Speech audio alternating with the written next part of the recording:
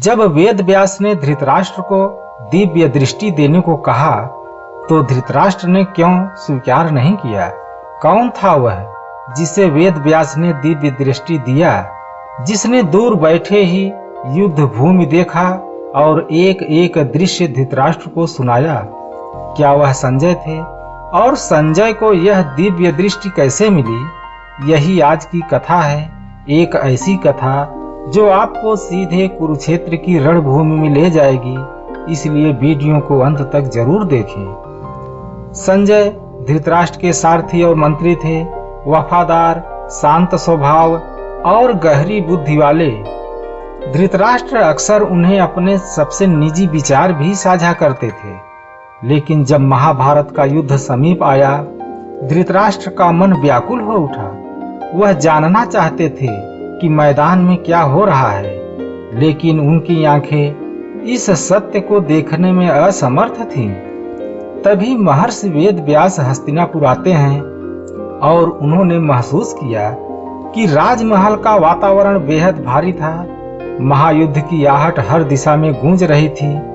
धृतराष्ट्र सिंहासन पर बैठे थे, पर उनके भीतर भय और असमंजस का सागर उफान मार रहा था। वेद व्यास ने कहा, राजन, यह युद्ध केवल आपके पुत्रों का नहीं, यह धर्म और अधर्म का संग्राम है। मैं आपको एक ऐसी दिव्य दृष्टि दे सकता हूँ जिससे आप स्वयं युद्ध भूमि देख सकते हैं। इन वचनों को सुनकर धृतराष्ट्र का चेहरा कठोर हो गया, लेकिन उनके भीतर का पिता रोने लगा।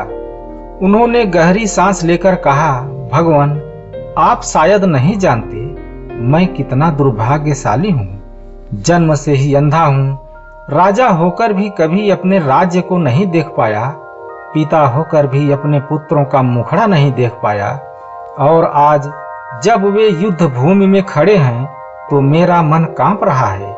यदि मैंने देखा कि मेरे ही पुत्र जिन्हें मैंने पाला एक एक करके मारे जा रहे हैं, तो मैं उस पीड़ा को सहन नहीं कर पाऊंगा।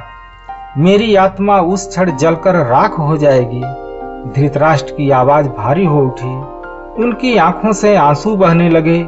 हालांकि वे देख नहीं सकते थे, पर उनका चेहरा उस पीड़ा का आईना बन चुका था। उन्होंने आगे कहा, महर्षि, मुझे यह वरदान मत दीजिए, मैं अंधा ही रहना चाहता हूँ। पर हाँ, एक अनुरोध है, मेरे सारथी संजय को यह शक्ति प्रदान कर दें। यह मेरा विश्वास पात्र है। यह मुझे हर घटना सच सच सुनाएगा और मैं युद्ध को सुनते हुए सहन कर लूंगा, लेकिन अपनी आंखों से नहीं देख पाऊंगा। महर्षि वेद व्यास ने धृतराष्ट्र की करुणा और विवशता को समझा। उन्होंने संजय की ओर देखा और मुस्कुराए, तो ऐसा ही होगा राजन। तुम्हारे सारथी संजय को यह दिव्य दृष्टि मैं प्रदान करता हूँ। और उसी क्षण संजय का मस्तक प्रकाश से भर उठा। उसकी आंखों में ब्रह्मांड जैसा तेज चमक उठा। अब वह दूर बैठे हुए भी युद्ध भूमि को देख सकता था। महर्षि वेद व्यास के वरदान के बाद संजय कुछ क्षणों तक स्तब्ध खड़े रहे, मानो उनके भीतर कोई छिपा हुआ द्वार अचानक खुल गया हो। धीरे धीरे उनके चारों ओर का दृश्य बदलने लगा। महल की दीवारें जैसे पिघलकर गायब हो रही हों और एक विराट आकाश उनके सामने फैल गया। संजय ने अपनी पलकों को झपकाया और अचानक उनके सामने कुरुक्षेत्र का अद्भुत दृश्य प्रकट हुआ।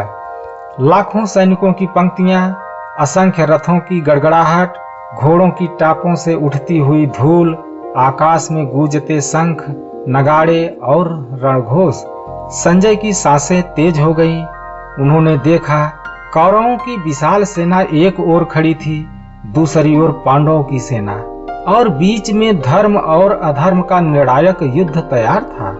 उन्होंने विस्मय से देखा, भीष्म पितामह अपने रथ पर खड़े हैं। सफेद दाढ़ी हवा में लहरा रही है, हाथ में धनुष थामे, उनकी आंखों में अद्भुत आभा है। दूसरी ओर अर्जुन का रथ, जिसे स्वयं श्री कृष्ण सारथी बनकर चला रहे हैं, रथ का ध्वज जिस पर हनुमान अंकित थे, हवा में गर्जना कर रहा था। संजय यह सब देखकर भीतर तक कांप उठे। उन्होंने खुद से कहा, हे प्रभु, यह कैसी अद्भुत दृष्टि है। मैं यहाँ हस्तिनापुर में खड़ा हूँ, लेकिन मेरी आंखों के सामने पूरी युद्ध भूमि जीवित हो उठी है। अब संजय ने पहली बार अपनी दिव्य दृष्टि का प्रयोग करते हुए धृतराष्ट्र की ओर मुड़कर कहा, राजन, कुरुक्षेत्र की धरती कांप रही है। कौरव और पांडव आमने सामने खड़े हैं। रथों की कतारें दूर दूर तक फैली हैं। अभी अभी शंखनाद हुआ है और महायुद्ध आरंभ होने ही वाला है। धृतराष्ट्र ने अपने सिंहासन को कसकर पकड़ा।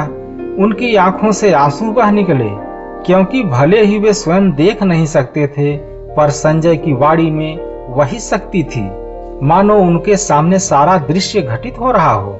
और इस तरह संजय बने वह साक्षी जो न केवल धृतराष्ट्र के लिए बल्कि आने वाले युगों के लिए महाभारत की हर घटना का वर्णन करने वाले थे। संजय अपनी दिव्य दृष्टि से युद्ध भूमि को देख रहे थे। अचानक उन्होंने देखा कि अर्जुन का रथ धीरे धीरे आगे बढ़ रहा है। अर्जुन, जिनके हाथों ने हजारों युद्धों में विजय पाई थी, आज उनके हाथ कांप रहे थे। उनकी आंखों में आंसू थे। उन्होंने श्री कृष्ण से कहा, मधुसूदन, मैं यह युद्ध नहीं लड़ सकता। ये सब मेरे ही भाई, गुरु और बंधु हैं। मैं इन्हें मारकर कौन सा सुख पाऊंगा। मेरा हृदय विचलित हो उठा है। संजय यह दृश्य देखकर दंग रह गए।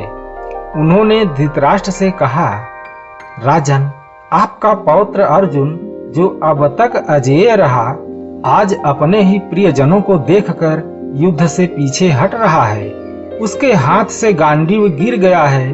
उसके रथ में वीरता नहीं, निराशा है। धृतराष्ट्र का हृदय धक से रह गया। उन्होंने संजय से पूछा, फिर क्या हुआ? क्या अर्जुन ने युद्ध छोड़ दिया?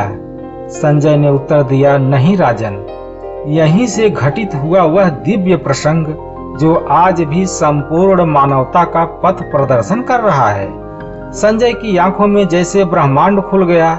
उन्होंने देखा श्री कृष्ण ने अपना मुख अर्जुन की ओर झुकाया। उनकी आवाज गंभीर, करुणा और दृढ़ता से भरी थी। पार्थ, यह शरीर नश्वर है, पर आत्मा अविनाशी है। जिसका जन्म हुआ है उसकी मृत्यु निश्चित है, और मृत्यु के बाद पुनर्जन्म भी उतना ही निश्चित है। कर्तव्य से पीछे हटना वीरता नहीं है, धर्म का पालन करना ही सच्चा साहस है। उठो अर्जुन, अपना गांडीव उठाओ और धर्म की रक्षा के लिए युद्ध करो। संजय की आत्मा इस उपदेश को सुनकर थर्रा उठी। उन्होंने धृतराष्ट्र से कहा, राजन, यह केवल युद्ध की बातें नहीं है। यह वह ज्ञान है जो युगों युगों तक अमर रहेगा।